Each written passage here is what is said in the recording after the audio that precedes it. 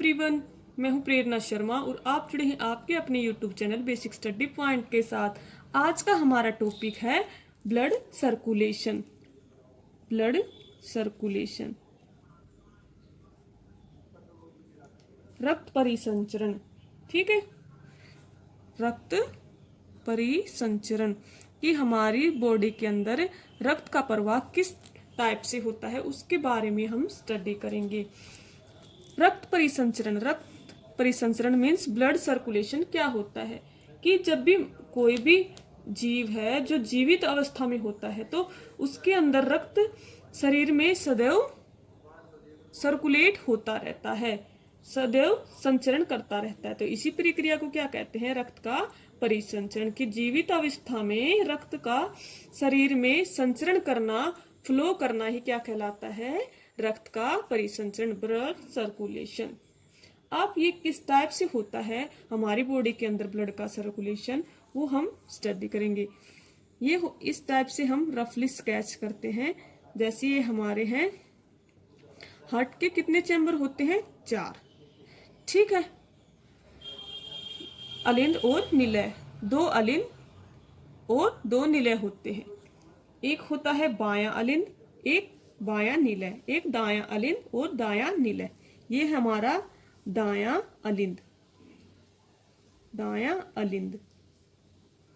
ये क्या हो जाएगा? बायां निलय, सॉरी बायां अलिंद। ये दायां निलय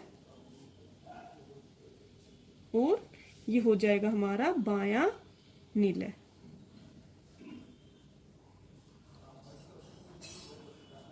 ठीक है, तो हमारे हार्ट के कितने चैम्बर होते हैं? 4। ठीक, 2 अलिंद और 2 निलय। और हमारे हार्ट के अंदर कितने वाल्व होते हैं? 5। इसमें क्या होता है कि जो हमारे 2 वाल्व इस साइड होते हैं और 3 इस साइड। ठीक है, और इस वाली जो झिल्ली को बोलते हैं वो उसको बोलते हैं सप्टिम, जो अलिंद और दायां अलिंद और बायां अलिंद को अलग करती है, वो उसको बोलते हैं सप्टिम। अब ये किस टाइप से वर्क करता है वो देखते हैं। ये हो गया हमारे शरीर के अंग, ये है शरीर के अंग। तो ब्लड किस टाइप से सर्कुलेट करता है कि जो हमारा ब्लड है वो रक्त के विभिन्न भागों से अशुद्ध रक्त को दायां अलिंद में लेके जाता है। किसके अंदर लेके जाएगा? दायां अलिंद के अंदर। इस शरीर के विभिन्न भागों से जो अशुद्ध रक्त होता है वो कौन ले जाता है? वो कहाँ जाता है? दायां अलिंद में। अशुद्ध रक्त कहाँ जाएगा? दायां अलिंद। और उसके बाद दायां निलय अशुद्ध रक्त को फेफड़ों तक भेज देता है। कौन? दायां निलय। अब ये जो अशुद्ध ब्लड है वो इसके अंदर आ जाता है और इसके बाद ये क्या करता है? ये अशुद्ध रक्त को फेफड़ों तक भेजता है। ये है हमारे फेफड़े। पहले क्या हुआ? शरीर के विभिन्न भागों से अशुद्ध रक्त दायां अलिंद के अंदर गया और फिर दायां अलिंद के अंदर जाने के बाद दायां निलय में, और दायां निलय क्या करता है? जो अशुद्ध ब्लड होता है, अशुद्ध रक्त होता है, वो फेफड़ों तक भेजता है। अब क्या होता है? फेफड़ों में जो अशुद्ध रक्त होता है वो फेफड़ों से प्योरीफाई होकर शुद्ध रक्त बायां अलिंद में आ जाता है। अब इसके बाद जो शुद्ध हुआ ब्लड वो कहाँ आ गया? बायां अलिंद के अंदर। अब बायां अलिंद से क्या होगा? बायां निलय में शुद्ध रक्त ट्रांसफर हो जाता है और शरीर के इसके बाद बायां निलय से शरीर के विभिन्न भागों तक शुद्ध रक्त का प्रवाह होता है। ठीक, अब मानव हृदय का दायां भाग अशुद्ध तथा बायां भाग क्या हो गया? शुद्ध। ये कौन सा भाग हुआ? अशुद्ध भाग, क्योंकि इसके अंदर अशुद्ध ब्लड सर्कुलेट होता है। और बाएं वाले पार्ट के अंदर क्या हो गया कि जो भी हमारे फेफड़े थे उन्होंने इस अशुद्ध रक्त को प्योरीफाई कर दिया, यानी कि शुद्ध करने के बाद कहाँ गए? वो शुद्ध रक्त किसके अंदर आता है? बायां अलिंद के अंदर। और इसलिए हम इस भाग को, बाएं वाले भाग को क्या कहेंगे? शुद्ध भाग। मानव हृदय में कितने चैम्बर होते हैं? 4 चैम्बर होते हैं, दायां अलिंद, दायां निलय, बायां अलिंद और बायां निलय। ठीक, अब मानव जो शरीर है उसका रक्त परिसंचरण कैसा होता है? मानव रक्त परिसंचरण कैसा होता है? दोहरा परिसंचरण कहलाता है। किस टाइप का परिसंचरण होता है मानव रक्त का?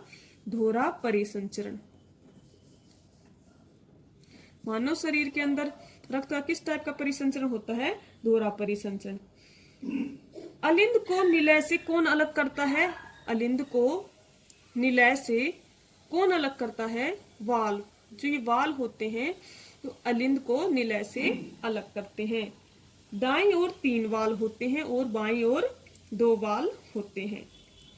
दाएं अलिंद से बाएं अलिंद में व दाएं निलय से बाएं निलय से अलग कौन करता है? उसको सप्टिम मांसपेशी अलग करती है। कौन सी मांसपेशी अलग करती है दाएं अलिंद को बाएं अलिंद से व दाएं निलय को बाएं निलय से? कौन सी मांसपेशी अलग करती है? सप्टिम। नेक्स्ट पॉइंट है, मानव हृदय का सबसे बड़ा व मजबूत कक्ष कौन सा होता है? तो मानव हृदय का सबसे बड़ा व मजबूत कक्ष होता है बायां निलय। बायां निलय। क्यों? क्योंकि ये शरीर के सभी अंगों तक रक्त को भेजता है। कौन? बायां निलय। इसलिए मानव हृदय का सबसे बड़ा व मजबूत अंग चैम्बर कौन सा है? बायां निलय। मानव हृदय का भार, हृदय का भार कितना होता है? मानव हृदय का भार होता है 350 ग्राम से 400 ग्राम। ठीक, मेल व फीमेल के अंदर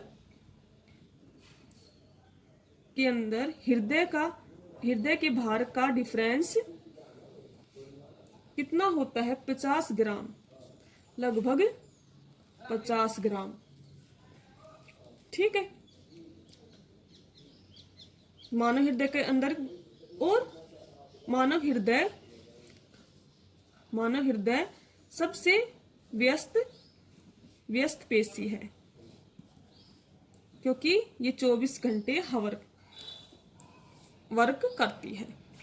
मानव हृदय सबसे व्यस्त पेशी है, ये 24 घंटे वर्क करती है।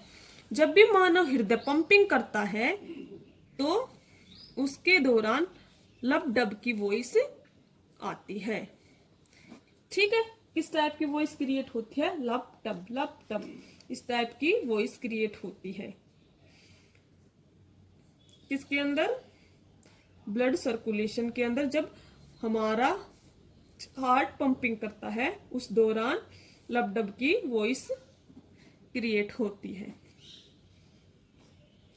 नेक्स्ट पॉइंट आता है कि शुद्ध रक्त कौन सी धमनियों में? धमनी में हमेशा शुद्ध रक्त बहता है, शुद्ध रक्त फ्लो करता है। और लेकिन फुफ्फुसीय धमनी एक ऐसी धमनी है जिसमें अशुद्ध रक्त होता है। कैसा ब्लड होता है? अशुद्ध। और सिराओं के अंदर, सभी सिराओं के अंदर कैसा ब्लड होता है? सिराओं के अंदर डीऑक्सीजनेटेड यानी कि अशुद्ध रक्त बहता है। सिराओं में कैसा होता है? अशुद्ध रक्त। लेकिन इसका भी एक केस है कि फुफ्फुसीय सिरा के अंदर शुद्ध रक्त होता है, शुद्ध रक्त होता है। जो सिराएं होती हैं वो हमेशा त्वचा के नीचे स्थित होती हैं।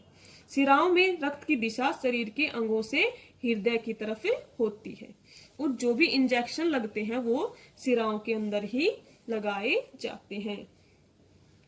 ठीक है, और धमनी में रक्त की दिशा हृदय से शरीर के अंगों की तरफ होती है। धमनी में रक्त की दिशा हृदय से शरीर के अंगों तक होती है और सिराओं में रक्त की दिशा शरीर के अंगों से हृदय की ओर होती है। तो ये थे हमारे कुछ इंपॉर्टेंट पॉइंट ब्लड सर्कुलेशन से रिलेटेड। तो ये है हमारा यहाँ पे मानव हृदय का डायग्राम। इस टाइप का होता है मानव हृदय, जिसके अंदर 2 अलिंद और 2 निलय होते हैं और अलिंद और निलय को सेप्टिम नामक मांसपेशी अलग करती है। और इसके अंदर 5 वाल्व होते हैं, 3 वाल्व दाईं साइड और 2 वाल्व बाईं साइड होते हैं। ठीक है, तो इस टाइप का होता है हमारा हार्ट, जो हमेशा 24 घंटे वर्क करता है। और जीवित मनुष्य के अंदर हर ब्लड सर्कुलेशन 24 घंटे चलता रहता है। तो आई होप आपको ये कंसेप्ट समझ में आए होंगे। और अगर आपको इससे भी रिलेटेड कोई भी क्वेश्चन पूछना हो तो आप कमेंट सेक्शन में डाल सकते हैं। Thank you class, thank you everyone, take care.